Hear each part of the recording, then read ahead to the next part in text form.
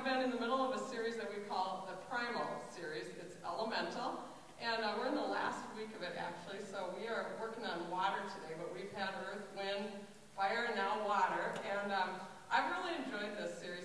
It's kind of fun to key in on some of these key things that ground all of us who are human on the earth, kind of ground us together. I don't know of any religion that doesn't key in on these elements as part of their metaphors that they work with and some of their rituals that they use. And so it's been really fun to explore how these different elements work within those of us who follow Jesus. So today we're doing water, and of all the elements, boy, it's quite elemental. You know, it started out with water over the earth and went from there. But you know, I don't know of any religion that doesn't key in on water as something for healing and for cleansing all over the world. Just think geographically, if you picture the globe, there's places all over the world that people consider to be sacred healing waters where they go and dip in it for healing. And so water is really quite a powerful thing. In fact, the possibilities of what I could talk about are endless. And last week when I gave this message at our other location, I had a solid 16 fill-ins on the back. You'll see on the back of your paper we have an outline that you can fill out. And so for me, it's feast or famine. I had 16 fill-ins last week, and I cut it way back because I decided you probably didn't want to be here still tomorrow, and that I'd probably be, my head would probably be in there if I did that. So we're going to zone in today, and we're going to have a lot of fun talking about water. I got a question for any kids, and if kids are shy, then adults feel free to kick in. But what do you guys do with water? Anybody? What do you do with water? What's your favorite thing? What do you do with water? Swim? Anybody swim in it? Yeah. Anybody drink it? You swim in it, yeah? Yeah. So really the two basic things, right, are, well, we have fun in it, and then we use it to clean ourselves and other things, and we use it to drink. And really throughout the Bible, that's what it does too. All through the Bible, it's used like living water to give life, right? And then it's, the part that I really want to zone in on is the cleansing part. Because I think the Old Testament is very centered on this idea of cleansing and purification, right? And I think in order to really understand, for those of us who follow Jesus, to really understand how amazing Jesus started to use water for so many different amazing things. But in order to really get that, you have to first understand this concept in the Old Testament of cleansing and purification.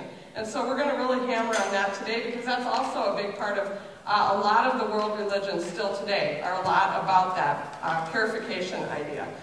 So here's just in a nutshell, here's kind of how it worked back in these Old Testament times, all right? So God is holy, right? And no one and nothing that is not holy could ever come close to God or even look upon God, right? Said you might even die, they said, if that happened. And so nothing that's unclean or impure could come in close proximity to God. And so everything was set up to make sure that didn't happen. So you had all these purity codes and purity laws and holiness codes set up to keep that boundary between the unholy and the holy, and the sacred and the unsacred, and the clean and the unclean. And so it was all about order and keeping that distance, keeping that space. And so everything from the very beginning had its place. So God created all these living creatures, right? Certain ones lived in the air, certain ones lived on the earth, certain ones lived in the water, right? And if they were out of place, or if there was something that didn't quite fit neatly into one of those categories, well then it was sort of considered to be unclean. And that's how it worked. So of course places like where people would go to worship God, they were full of very detailed rituals and rules about who could come in and what had to happen before you came in, what kind of cleansing and purification had to happen before you came in. So I could have pulled out any number of passages because many books in the Old Testament are full of this kind of thing, but I pulled out one from Exodus 30, and I'm going to read it just so you can kind of get a feel for it. Here's Exodus 30. Then the Lord said to Moses, "Make a bronze basin with its bronze stand for washing. Place it between the tent of meeting," which was kind of like their church. It was where they would go to worship, "and the altar. Place it between the tent of meeting and the altar, and put water in it. Aaron and his sons are to wash their hands and feet with water from it. Whenever they enter the tent of meeting, they shall wash with water so that they will not die. Also, when they approach the altar to minister by presenting an offering made to the Lord by fire, they shall wash their hands and feet so that they will not die. Now, if this kind of stuff is interesting to you, you can park yourself in the book of Leviticus for a long time and just get all you want of that. But here's the point, okay? How do you come before God? How do you come before God? Well, you come by being pure, right? Now, how do you become impure then? Well, it is not hard to become impure. Anything that's not in its proper order, right? If you were ill or sick in any way, impure. You're going to have to go through a lot of rituals to get yourself pure again. If you were imperfect in any way, if you maybe broke your leg and you walk with a limp, impure, then you're going to have to go through things to purify yourself before you can come before God. Or how about this? If you eat pork, my favorite food, impure. It's on the bad list. You can't eat pork, okay? And the list goes on and on. But kids, I got another question for you. Any kids out there, I'm game to hear. If your mom or dad or somebody asks you to go get a fork, where do you go? The kitchen, right. What would happen if you found a fork in, say, like the medicine cabinet? Would you just like go, yeah, I'm going to use that? No, right? You're not going to do that. You're gonna go, this is not in its right place. I think I'm going to wash that before I eat off of it, right? All right, any Lego people in here? You're going to go, I love it. Yes, you got a Lego adult. Okay, so if you're going to go set up your Lego set, are you going to go park it in the middle of the street and set it up? Probably not, right? We found that kids and streets don't mix all that well, so you're not going to set your Legos up in the middle of the street. Now, here's my point. There is an order to things, right? There's a place and a time that we do certain things. And it's for our own good in a lot of ways, right? And so those purity codes and the holiness, all those rules, were in a lot of ways that. They were set up to keep us safe and to keep us well, right? But what happens with these kind of, the order and the purity, is when we start to use it to draw these lines, right? To say, you're in, you're out, right? And when we use it to exclude people, that's when it starts to become a problem. And this really kind of starts to happen automatically, right? That's why you might do a double take if you see somebody that looks kind of like a bum or something walking through the Ritz-Carlton, right? Or it's why it's like headline news if a celebrity shows up in podunk nowhere, right? Because it challenges our idea of the place of things. What should be, each thing has its place, and what are they doing there? That's not where they belong, right? It's our natural sense of who belongs where. Now, I used to work with a woman who was, I'm going to say, obsessively organized, all right? She's the type of lady, you know how they have colored paper clips, right?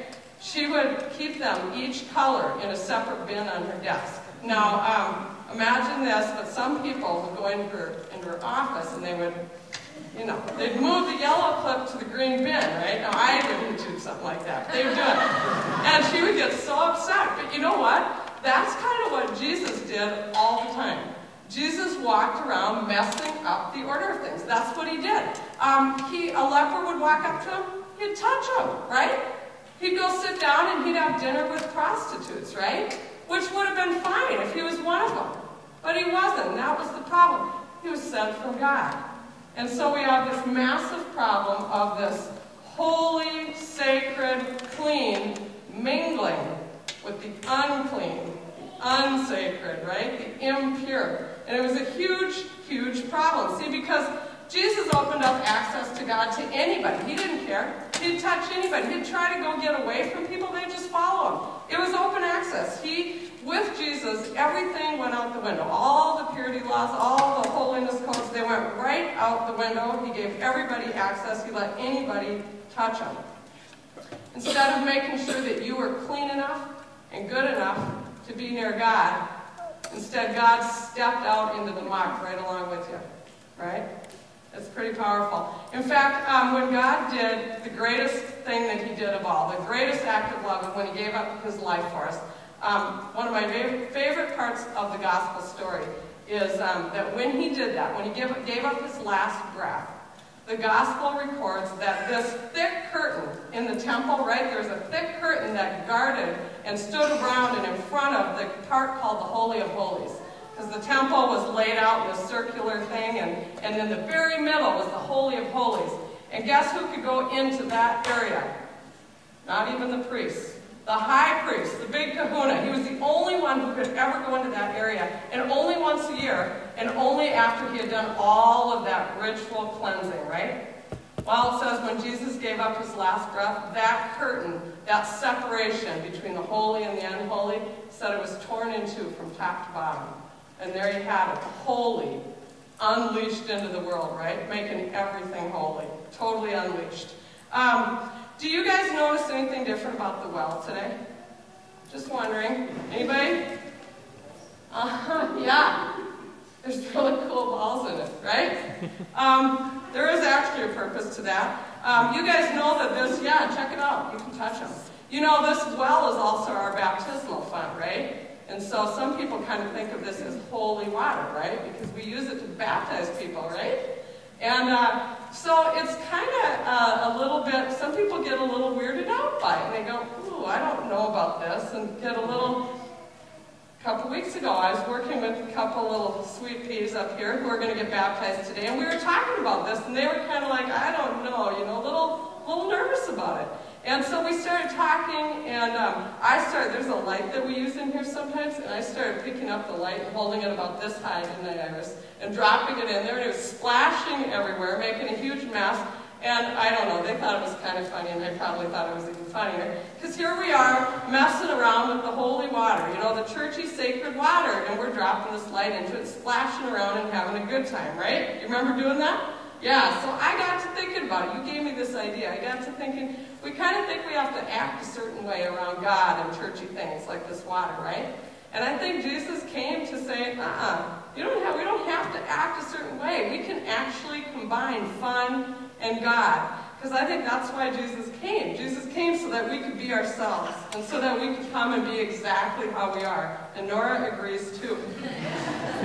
So that's that. That's the gospel truth then. Now, where am I? All right, we're going to come back to this. In fact, we're going to play even more in it in a little bit. But I want to just focus in on water and baptism, okay? Because Jesus totally overturned our idea of water when he came around, all right? So it used to be where we would take something and clean it up, right? We would try to wash it, purify it. Jesus' idea of water is to come and not take what's there and clean it up, but instead take what's there and make it totally new.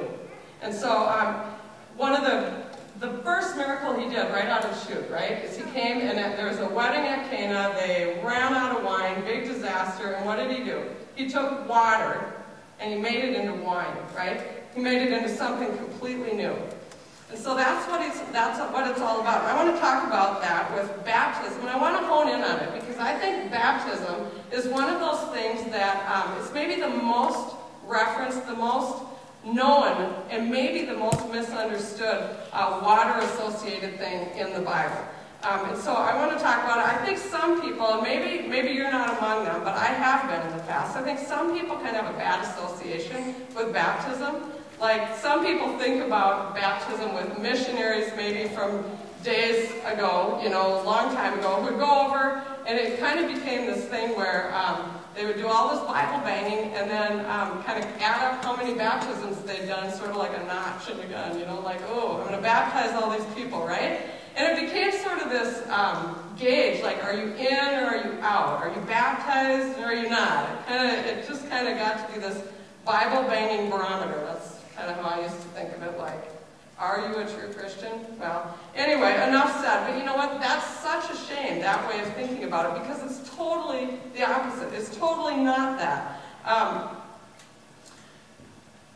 In fact, you know, if Jesus would have wanted to keep it that way, he would have stuck with the purity laws, right? And all the in and out. But he didn't. He instead wanted to move it into a mess. And he wanted to put the paper clips in the wrong bin. And he wanted to put tennis balls in the baptismal font. And that's what he did. Now, does anybody know the criteria for baptism? Yeah, me either. Because there aren't any. There aren't any. That's right. There aren't any. Anybody can be baptized, all right? Because it's all about God saying to you, your mind, forever, beginning to end, your mind. Now, this 2 weeks ago, I got to witness one of the most incredible things I've seen in quite a while. I got invited to go downtown to the courthouse and witness a daughter being legally adopted by a father. And it was really awesome. It was interesting to hear the judge talk.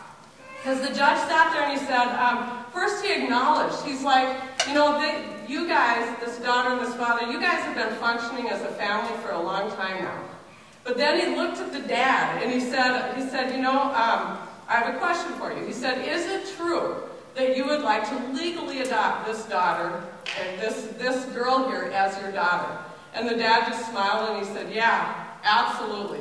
And then the judge said, and you do understand then that as you adopt this child that you will have all the benefits and all the challenges and responsibilities that go along with legally adopting this child. And the dad again smiled, he goes, yes, absolutely.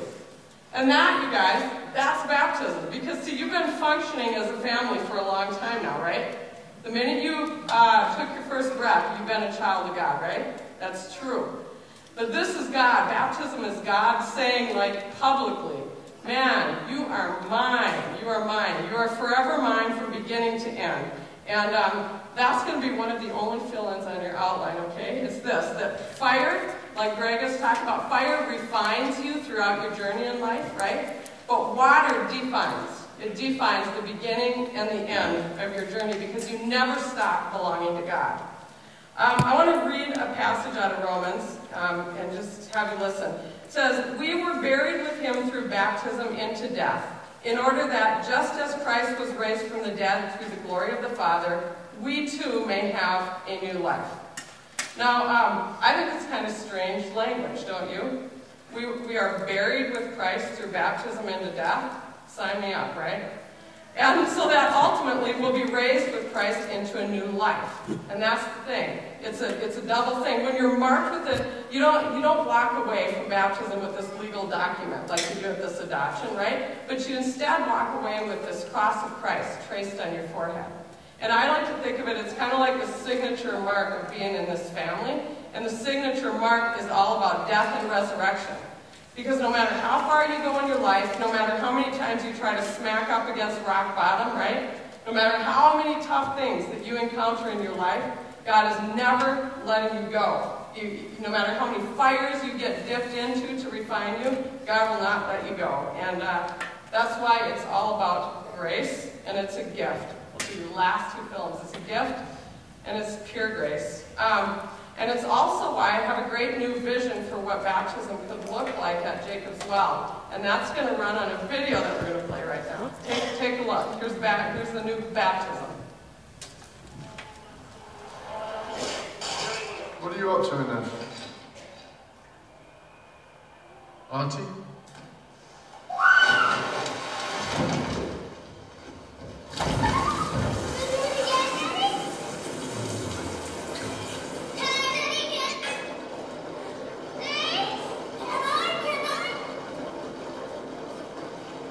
Yes.